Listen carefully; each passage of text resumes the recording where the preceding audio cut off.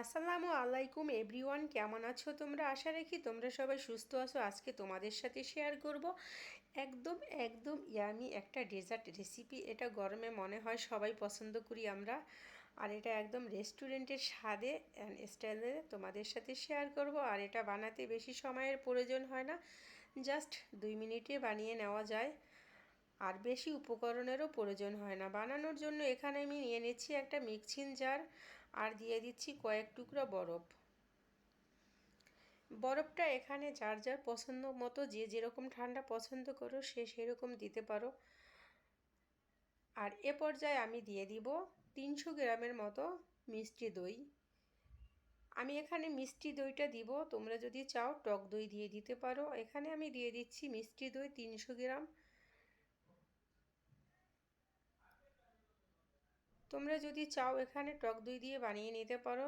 আর এখানে আমি দিয়ে দিচ্ছি দুধ। এখানে দুধ হাফ কেজির মতো আছে। আমি দুধ আগে থেকে জাল করে ফ্রিজে রেখে ঠান্ডা করে নিয়েছি, দিয়ে দিচ্ছি সেই দুধটা।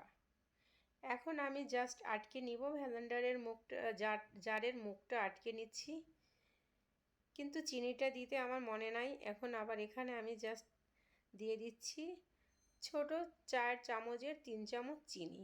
চিনিটাও যার যার অপশনাল, যে যেরকম পছন্দ করো সে সেই রকম দিবা। মিষ্টি যার যেরকম মিষ্টি খেতে পছন্দ দিয়ে এখন মুখটাকে আটকে নিয়ে জাস্ট আমি 1 মিনিটের মতো ভেজান করে নিয়ে নিচ্ছি। আর হয়ে গিয়েছে আমার লাচ্ছি রেসিপিটা। এখন জাস্ট আমি দেখো এটা কতটা পরিমাণ ঘন হয়েছে দেখো, আর এটা খেতেও অনেকটাই টেস্টি।